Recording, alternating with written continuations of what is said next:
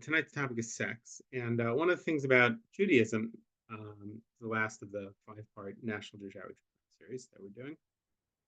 Although we will continue the class still on Thursday nights at 8, and launch on a different topic. If you have certain topics that you do want to cover, you can also email those to me, and I'll try and study to cover this. You could certainly argue that sexuality is more important on some level than other human functions. Although I don't know, right? In other words, it seems like, at least in the Bible, you could argue that that eating also looms, is also a big deal, right? In theory, the first sin is something that's eaten. And of course, from if you look closely at the Bible, you'll see that perhaps that sin wasn't really about eating. Maybe that sin was about sex. Um, and, so we'll look at that also. But one of the things about Judaism, I think perhaps one of the most important things about Judaism, is that it doesn't reject. There's actually a story in the Talmud in which this one rabbi says everything is permitted in Judaism. And somebody says to him, well, what about milk cooked? What about meat cooked with milk? And he says, roast for him an udder, the udder of a cow. Well, what is that? The answer is that you're allowed to eat the udder of a cow.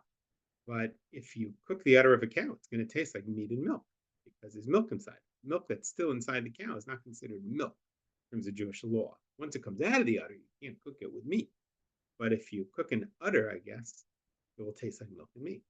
So, it's a cute little move by the Talmud, but I think that what the Talmud's trying to express is that Judaism rejects nothing in the human experience. That doesn't mean that things don't have context. They do. In fact, that's what makes Judaism what it is. Everything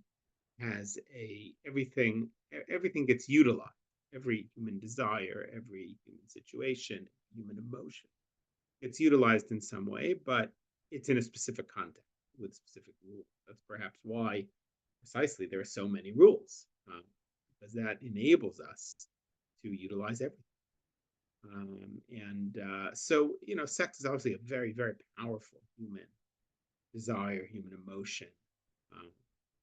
Freud would say that, in a way, everything emerges from sex aggression, and it is a saying among psychoanalysts: everything is sex except sex, which is aggression. So so the Talmud speaks a lot about it, and certainly the Torah does also. We could read through the story of Adam and Eve, and you would see, I think, a lot of sexual overtones in there. That's on some level going on. But what I want to do is look mostly at Talmudic writing about sex. So I think that will help put it into context, because obviously what Judaism most fundamentally believes is that every desire can be positive or negative. Everything is neutral. It just depends how you use it. That really comes out well here.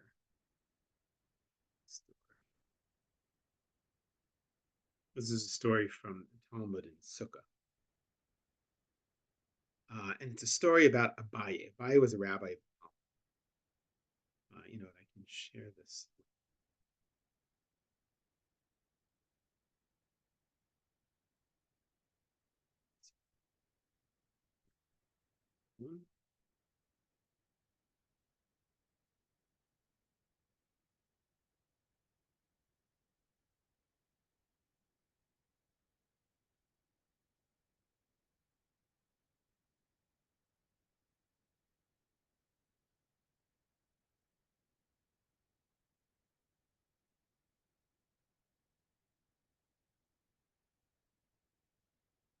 Okay.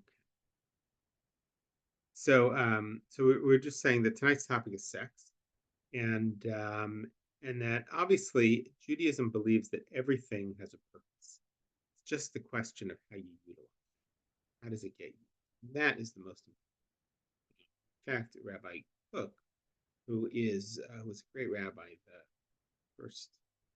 He was the rabbi of what's now Israel, then Palestine in the 20s, and it was the chief rabbi. And he wrote many books, and in one of them, he quotes a piece of Talmud.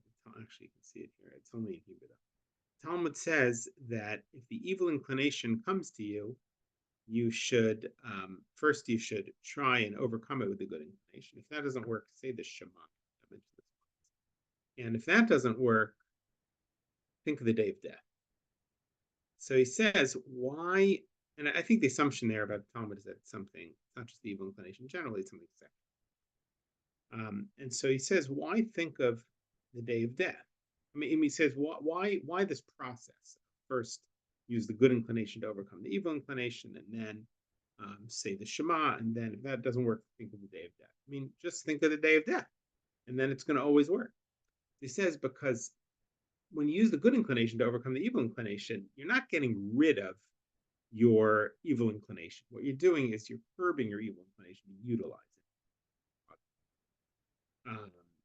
The same thing perhaps with the Shema. Saying the Shema reminds you that there's a God, reminds you that there's a Torah, reminds you that there's a moral imperative. That will help you to utilize the evil inclination.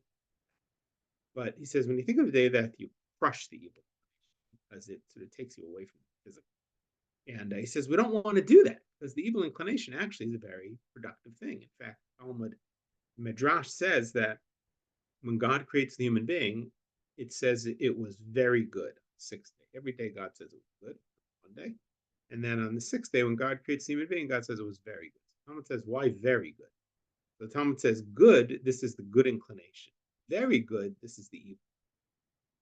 And the Talmud says, is the evil inclination actually very good? And the Talmud says, yes. Without it, nobody would marry or build a house or have children. Nothing would happen. And so there's something very fundamental about what we might call the evil inclination. Something Freud called libido. Something. It has sort of a sense that something sexual that seems to move the world. That our creativity, that our what moves us to do things in the world, somehow on its most basic level related to perhaps kind of sexual drive. But this story is from the Talmud, and the Talmud says to hear that Abaye, who was a rabbi, he heard a man saying to a woman, "Let us go, and we'll go and take a walk, in the forest." And Abaye said, "Oh, I will follow them, and I will stop them from transgressing." Right? He assumed that they're going into the forest, and this guy's going to seduce this woman, or maybe whatever, they're just going to have sex together. Yeah, that's what he assumed. And so he follows them, and he says, I'm going to stop them from sinning. He follows them for 3 miles, and then they sort of depart from each other, and they say in Aramaic, sort of rhymes in Aramaic, but they say the way was long, but the company was pleasant. And Abaye says, and this is his phrasing in Aramaic, says, if it was the one who hates me, it would not have been able to save itself, its soul. And what Abaye means by that is, if it had been me, I would have sinned, right? That's what I assumed was going on here. And the one who hates me, right, there's a sense somehow that his evil inclination doesn't own his evil. His evil inclination feels other. And this is the reality sometimes of sin. Sin that's very bad. A person sometimes feels like, oh, was that really me? So Azali went, and he was very sad, and he like leaned against the doorway, pain. And then that old man came. Some people say this is Elijah the prophet, and he taught him, whoever is greater than his neighbor, so too is his evil inclination. Now, the word here actually isn't evil inclination, it's inclination. So too is his inclination. So then he felt better. So that's interesting, right? Now, first of all, that it's not evil inclination, good inclination. It's inclination. On some level, the evil and good inclination are really the same thing. It's just that they're utilized different. They come to us different ways. But really, it's all one thing. It's all just one sort of resource of emotional, spiritual, internal power. how it gets used is rather what makes it good or evil. And this old man comforts Abaye by saying, you think that you're bad because you would have sinned. On the contrary, whoever is greater, so too is their inclination greater. In other words, what makes you great, Abaye, is that you have a greater temptation to sin. You have a greater, uh, right? And it's on some level, Abaye is more powerful.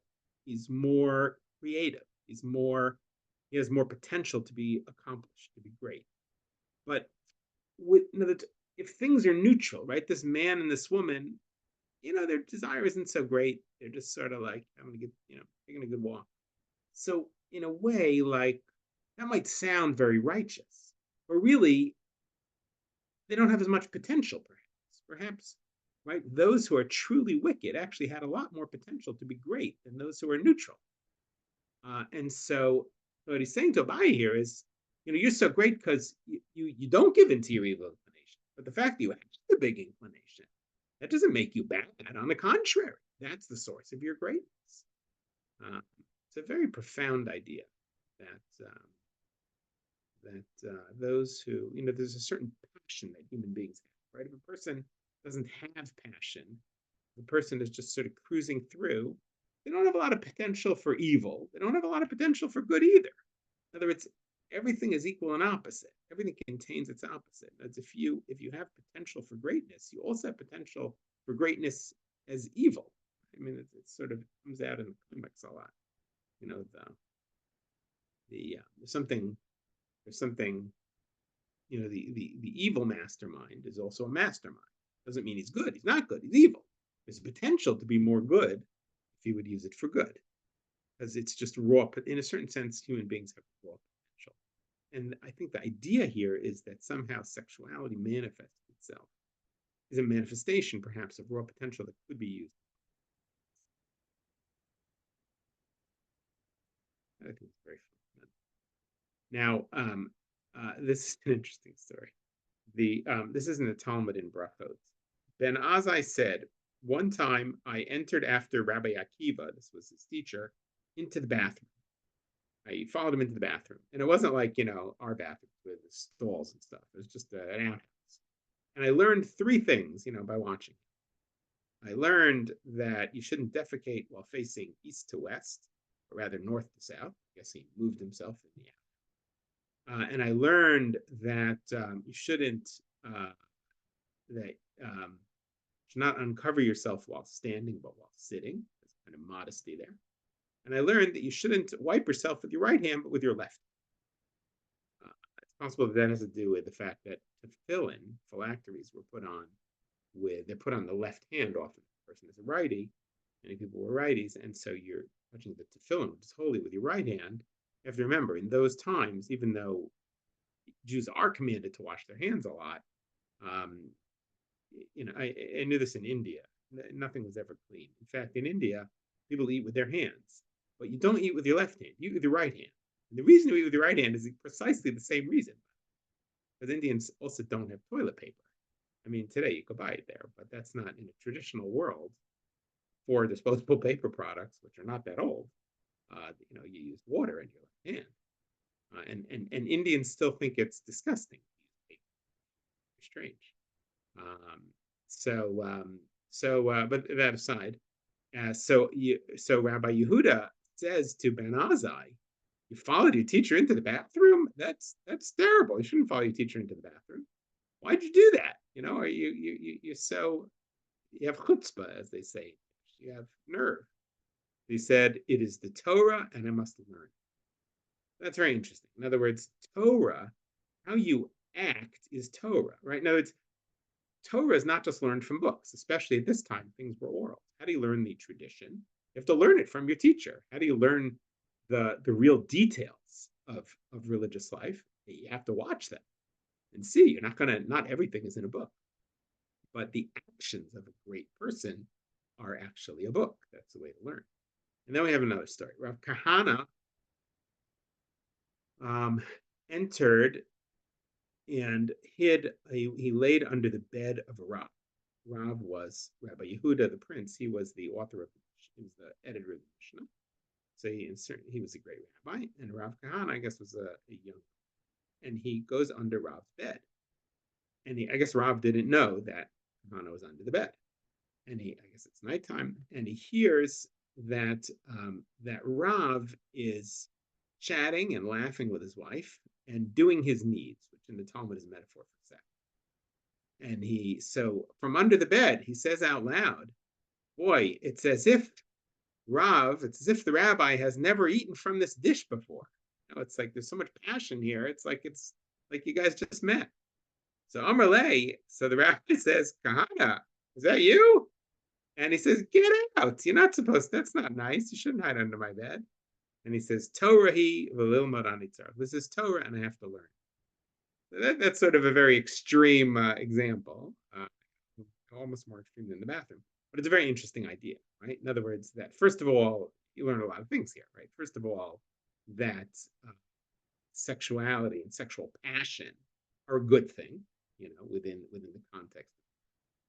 That's not a bad thing. And on the contrary, it seems like a good thing. And he's like a generation. And this notion that people want to learn, but he doesn't think he should, even though it is Torah, well, there's a limit, but the idea that there are certain things you can't learn, details of how to live one's life. You have a lot of stories like this. There's history, of people watching rabbis exactly what they did. There's certain rabbis about whom we have books. People, their students would write, when the rabbi put on his shoes, here's how he. And all of that is considered on some level. The Talmud says, another piece of Talmud. The Talmud says that there's a whole tractate about vows. That if you take a vow, you create an obligation on yourself. And if a person says, I take a vow and never to eat avocados, well, it's forbidden for them to eat avocados. It's as if you've created a new command. So let's say that one vows that he says, I'm taking a vow that I can't have sex with my wife. So Beit Shammai, that's one opinion, says this vow only and exist for 2 weeks, and then it's nullified. Beis Hillel says only 1 week. Now we have a general rule that you can't take a vow to violate the Torah, because the Talmud says you've already taken a vow to keep the Torah at Mount Sinai, and therefore a vow that's taken to keep the Torah is a null vow because it doesn't mean it. You wouldn't have to find a way to undo the vow, and a vow to contradict the Torah, to go against the Torah, that also doesn't mean anything because you've already vowed to keep the Torah at Mount Sinai. So over here, you're not allowed. It's a violation of the Torah to hold back sexual satisfaction from one's spouse. But this guy made a vow. So at what point does that become forbidden? So this is an argument. Beis Shammai, Beis Hillel. Beis Shammai said, House of Shammai says 2 weeks. Beis Hillel says. So then the Gemara says, based on apropos to this, the Gemara wants to sort of explore from a halachic, from a Jewish legal point of view.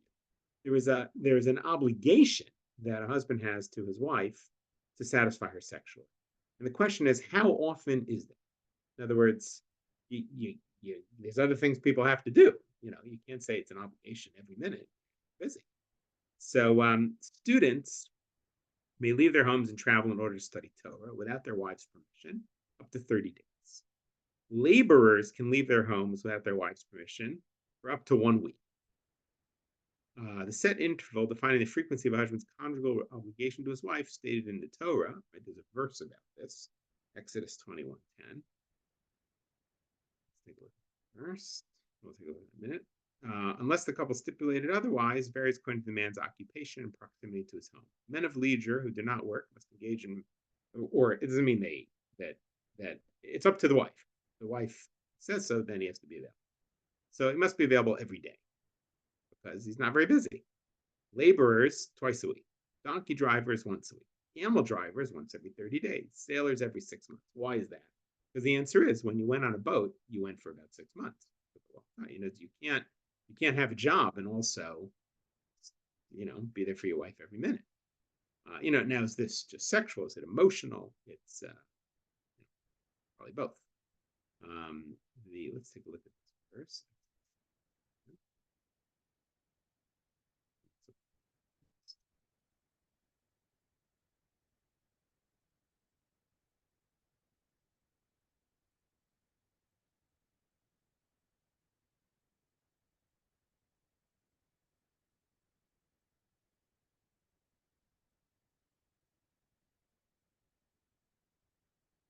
Here the Torah is talking about servitude. Just after the verse given.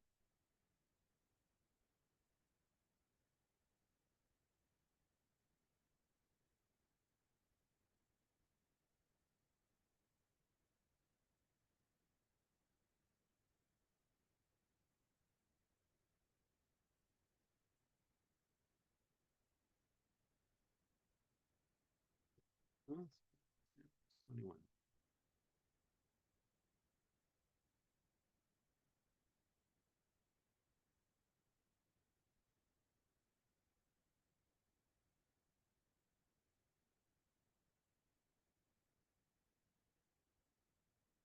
So here, there's a whole host of different ones that are given after Mount Sinai.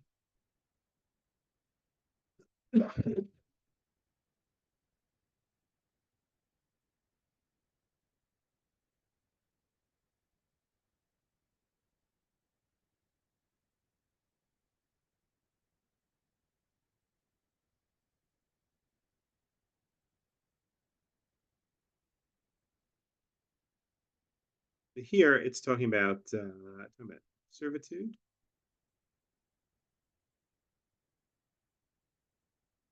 If it's talking here about if you marry somebody off, what you have to provide for them. If he takes another one into the household as his wife, he must not withhold from his first wife food, clothing, or confidence. So we learn from that that there's such an obligation. And in fact, the ketubah, which is a document that you make that's signed at weddings, outlines that there is such. So that's where this is coming from. There is a biblical verse that seems to indicate that there's an obligation a man has to his wife for provide her with shelter, clothing, emotional, etc. So the Gemara here says, the Gemara is explaining that was the mission. So these men of leisure that they're obligated every day. Who are they? So Rava says they're actually Torah scholars that are not, they're just studying Torah. Abaye says the wives of Torah scholars, about those whom it is written, Psalms. Shav lechem ashkimei kum.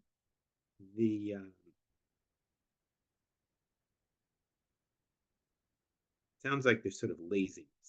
In other words, if you're so lazy as a Torah scholar that you're so available, that's not such a good thing. Yitzchak said, the wives of Torah scholars who deprive their eyes of sleep in this world, this indicates Torah scholars actually do work very hard. And so how can you say that they have to be available every night? Studying Torah is not so easy. It's actually quite exhausting. So rather, Rabbah said, like the name of Rav and the name of Shmuel, that this man of leisure is one who just, is indeed what that is. It's somebody who just has a lot of leisure and fun. Doesn't refer to Torah scholars. As we said, the Torah scholars, they're obligations. Workers. Okay, so this is sort of a discussion of the details. Where are they working? In another town, in this town. But right we're very concerned with the details of this because it's an obligation. It's an obligation at stake here, a Torah obligation. And so we have to know, how far does that obligation go? And it doesn't go so far that it takes you away from your work. but it's also not something that you can just say, I'm not going to provide you with. You're obligated.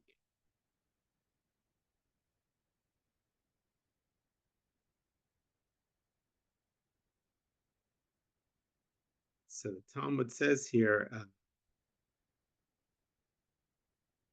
let's say that a person wants to change jobs. Let's say that you're a donkey driver. Now remember, a donkey driver is available every month, right? Because they don't go as far. But I'm sorry, that was every 2 weeks. A camel driver is only available once a month because a camel can go much further than a donkey. So let's say you want to switch jobs from being a donkey driver to a camel driver. Now you might think you could just switch jobs, but no, the Talmud says you need to consult with your wife because you're not going to be as available to her, right? So obviously, it's couched in terms of sexual obligation, but it's obviously much more than that. So that's very interesting. You can't just, I mean, obviously in any good relationship, you're not going to just, take a job that changes how often you're home. You're going to discuss that with your spouse. But even what's interesting is that even in the ancient world, where probably women didn't have a lot of say, um, on the contrary, the says you can't just change jobs because your wife would have to forgive you. She would have to give you the permission. Uh, So what's the law? Can you switch from one job that makes you less to another job that makes you less available to your wife? Now remember, what is this obligation? So the answer is there's a ketubah, there's a document that binds husband and wife and that outlines the obligations. And if the husband violates the obligations, the wife can say, I want you to divorce me and you have to pay the value of this ketubah. So Amar Le, Ratza Isha B'kav V'tiflis Me'asar Kav Nefesh. He says actually, um, a um, so he says yes. So he said, do you have to ask your wife in order to change jobs? So he says yes, you do, because a woman, um, you might make more money as a camel driver, but your wife, he's saying a general rule about women, or not. He says a woman prefers modest means. She'd rather you be the donkey driver and not be away as much, rather than 10 measures and abstinence, and you're not around. So what's Talmud saying here? It's saying that a woman doesn't just looking for money, a camel driver makes more than a donkey driver, but she also cares how much you're around. And therefore, you have to get her. Assume that it's okay. And the law can't just assume it's whatever.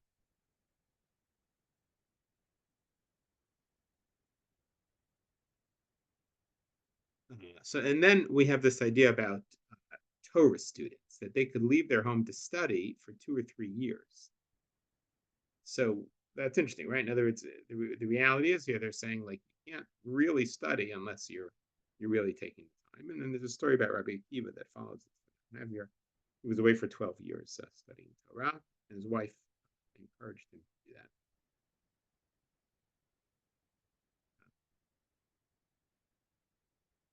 The Talmud says that the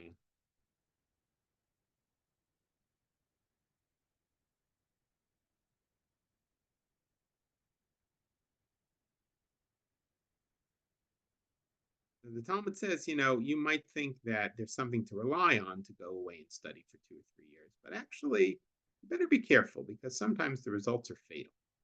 How do we know? So now the Talmud's going to tell a story. It's going to tell a sort of outlandish story where this rabbi was away for too long and people ended up dying. So why is the Talmud doing that? Because the answer is that in terms of Jewish law, maybe it is permitted. But this is the Talmud's way of saying, okay, law is one thing. But you better think about also, you know, that there may be implications that are pretty bad that you haven't thought of. So Talmud says a story about Rav Rachumi, who would commonly study in Machoza. That was a city for him. Okay? And would come back every year on the eve of Yom Kippur to see his wife. One day he was particularly engrossed in studying the Torah, and he didn't go home. He just ended up staying in the house of study. And his wife was expecting him that day. And she said, oh, I'm sure he's going to come now. I'm sure he's going to come now. And in the end, Yom Kippur came and he still didn't show up. She was very distressed. A tear fell from her eye. That exact moment, this rabbi was sitting on a roof, I guess, in the study hall, and the roof collapsed under him. And so, what's the Talmud trying to tell us? Sort of outlandish. The Talmud's trying to say, the law might be on your side. That you can leave home to study Torah for 2 or 3 years because that's normative. You need to go away, right? You want to get a PhD, you got to go study for 2 or 3 years longer. But and travel wasn't so easy. Zoom. But the Talmud is saying here, there was a rabbi who did this, and it didn't end well for him because what the Talmud is trying to imply here is that his wife's tear, right, sort of caused the heavens to judge him, and he died. And so then the Talmud says, how often are Torah scholars obligated to their wife? So Shmuel said every week, but not just once a week, because that would be the same as first, but specifically on Friday nights. Uh, and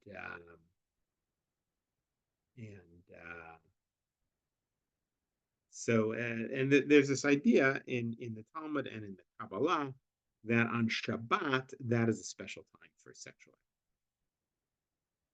Either on the sort of revealed level, it's on the sort of plain level, it's because Shabbat is a time of pleasure, just like eat on Shabbat, sleep on Shabbat.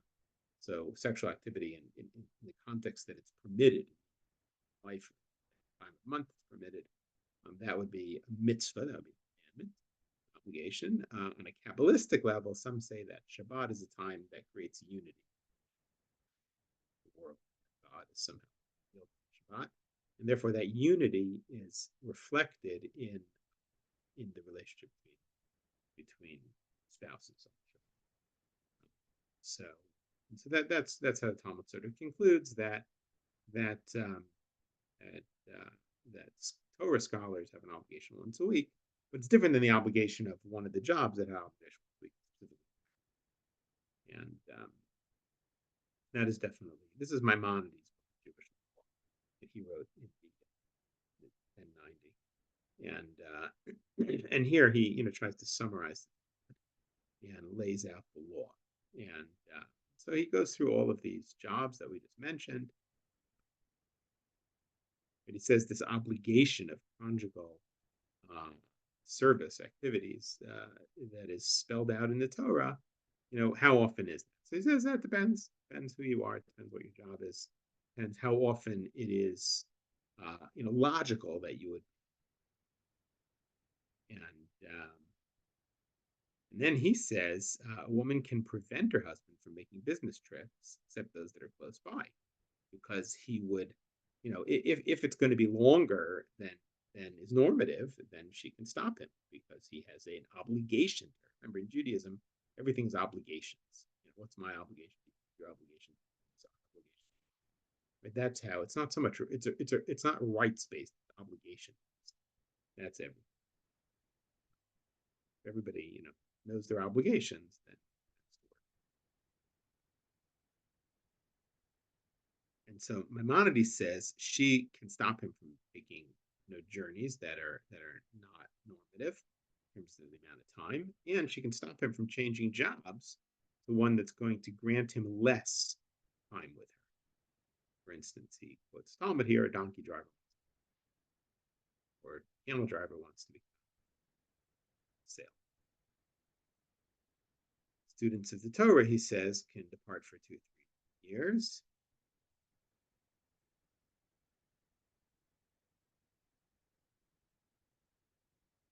Can't stop them. There's some things. This is interesting. Now, in the days when you could marry more than one wife, Judaism was, among Ashkenazic Jews, 1,000 years stopped marrying, but among certain groups of Sephardic Jews, they never stopped. The Yemenite Jews, they came to Israel in the 50s. Some of them had more than one wife, and they were allowed to keep them. Although in Israel today, you can't marry them. So Maimonides quotes here. He's Talmud. A person can marry more than one wife, even 100 wives. You can marry one after the other or at the same time. And your wife can't stop you from marrying.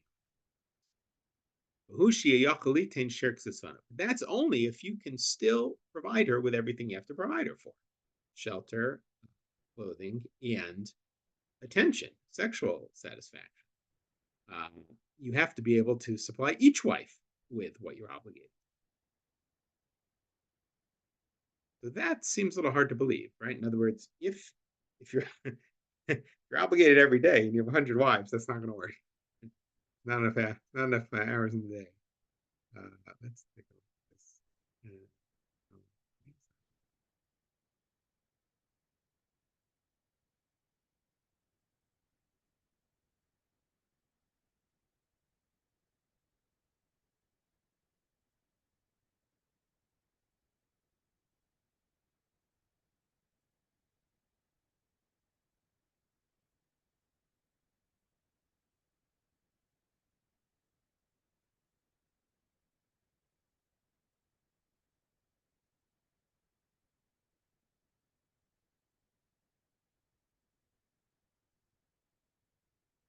so let's keep reading. We'll see the next. So how much is he obligated to his wife? So Maimonides says here it depends on the number of wives you have. So this is in contradiction with this. So the commentaries say you have to take out the word uh, that he has to supply for her clothing and shelter. But if you have 100 wives, you don't have the same obligation that a person with one wife would have sexually, because it's impossible. So how much is your obligation? Let's say you have wives. So it depends how many you have. So if you're a worker that has 2 wives, so each one, he has an obligation to each one once a week. If he is a worker who has 4 wives, so then you're obligated to each one every 2 weeks. If you're a sailor who has 4 wives, right? Remember, a sailor is only obligated once a year to his wife because he's off traveling. He's only home one day a year. So what if you have 4 wives? So the answer is, sorry, every 6 months. So the answer is, if you have 4 wives, you're obligated to each one every 2 years. Is that right? Yeah. Yeah. Because you have 4 wives.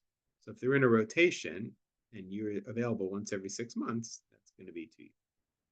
So probably people didn't want to marry sailors. Therefore, the sages commanded each person should not marry more than 4 wives, even if you have the money, because it's going to get ridiculous. You're only going to be available sexually to them very rarely, unless you don't have a job.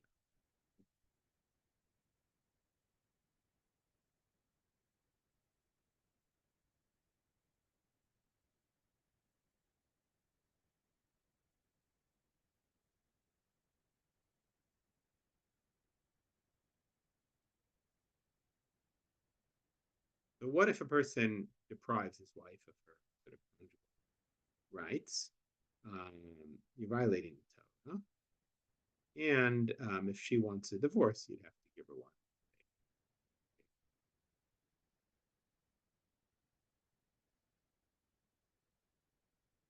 And the Talmud says a woman who holds marital intimacy with her husband is a rebellious woman.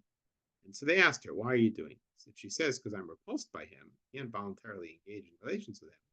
Her husband is compelled to divorce her immediately, or she's not like a captive, forced and engage in relations. In such an instance, part of the divorce settlement, she's not received the money.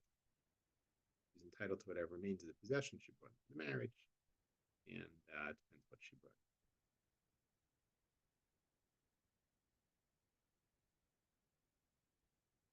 And if she is just doing it in order to cause him pain, and she says that, so then that's a different story. So then you say to her, if you keep doing this, you're going to forfeit the money that you're going to get.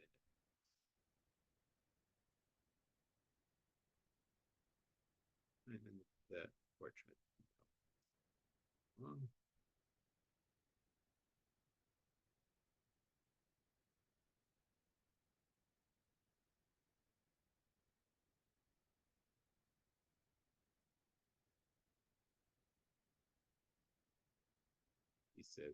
She says, deal with it.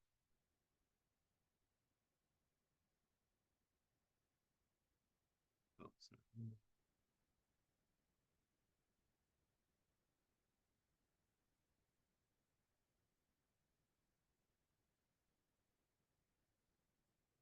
Okay, the Talmud.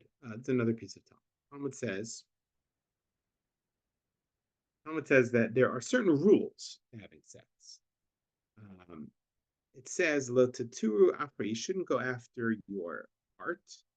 It says in the Bible, and after your eyes.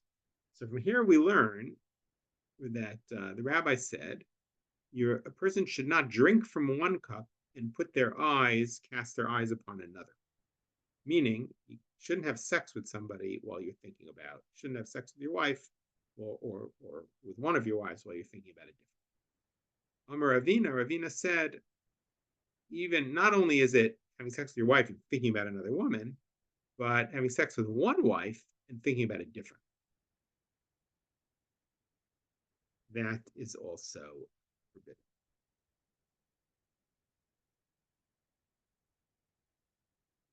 But that's interesting that the Talmud says you have to be meant not just. In other words, sex is not just a physical thing; it's emotional, it's spiritual.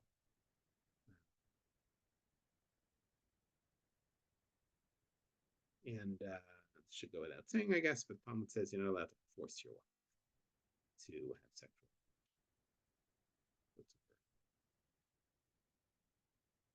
This is a more modern book of Jewish called the Penine Lacha. It's written by a rabbi in Israel, Rabbi Mohammed. It's written in Hebrew and then translated in English. And there's a whole section about, in the document I shared with you, there's a link. The whole section about what's called Ona. Ona means the obligation, sexual obligation. Ona literally means uh, a period of time. I think that's the comment there. It's talking about how often. And so he has a lot of, seems to be more the obligation on the husband, pleasure to the wife. He says here the wife is obligated also to participate. Because there can't be really mutual pleasure unless. Interesting, the Torah is not against, and the rabbis are not against pleasure. Right? That's very interesting. And it's in the right context. Human pleasure is not a bad. In fact, on Shabbat, it's not only a mitzvah of unity, also something higher. The mitzvah as part of the film Shabbat.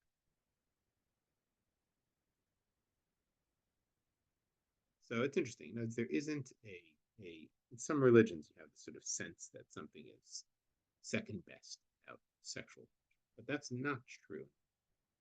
Obviously, there's a lot of parameters, right? In other words, in an observant couple, the Torah says, for instance, you're not allowed to have sex with somebody who was menstruated, not gone to a ritual body of water, the mikvah. So on a practical level, Orthodox couples, observant couples, they for about close to 2 weeks a month, there's no sex, there's no touching each other. There's a lot of boundaries because typically a woman will bleed for at least 5 days, and even if she doesn't, Ashkenazis wait 5 days. And then she has to count 7 clean days where there's no blood, and then she can go to the now it happens that it's going to put you at exactly the most fertile time cycle. So that's but I mean, obviously there is such a concept of birth control, and I wouldn't, and there are many observant Jews that do use it. Certain kinds of birth control are better than others in terms of Jewish law. How often, how long should one use it? Because there is a commandment to have children, fruitful and multiply. So how many children is that? It's at least a boy and a girl, but many people have many children. See that as a commandment. That's why often Orthodox families will have many children.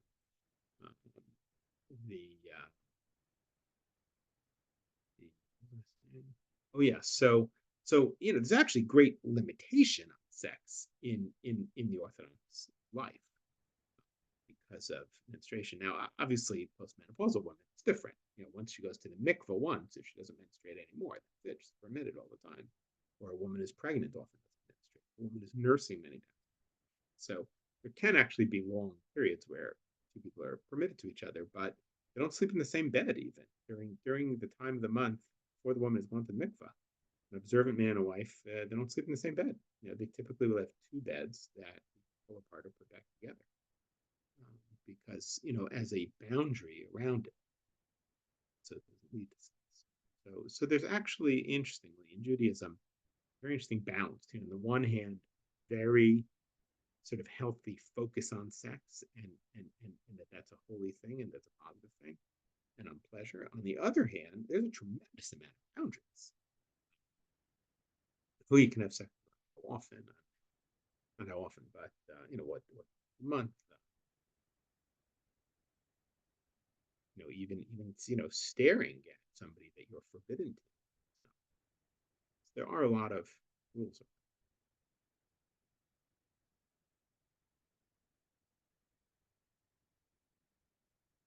This, of course, is true of other things in human life, right?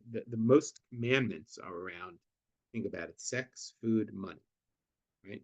Why is that? Because those are the passions of living. Those are the things that tend to, take people astray. And those are, so on the one hand, it would be easier just to say, okay, we're going to have a religion in which, we try and frown on pleasure.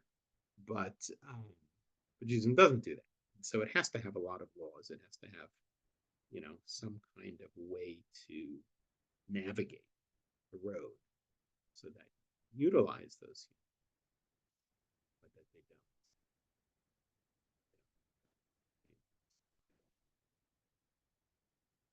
All right. Any questions? This will be the last of those 5 classes. Again, if you have topics that you're interested in, email me. That's helpful. There. So next week I'll be here. The week after. The probably will look at Tu B'Shvat, which is today was the moon of Shvat, the 15th of the month of Shvat. So the year or maybe it was up or a portion. Okay. Have a good week, everybody. Yeah. Thank you, Rabbi. Good night. Thank you, Rabbi.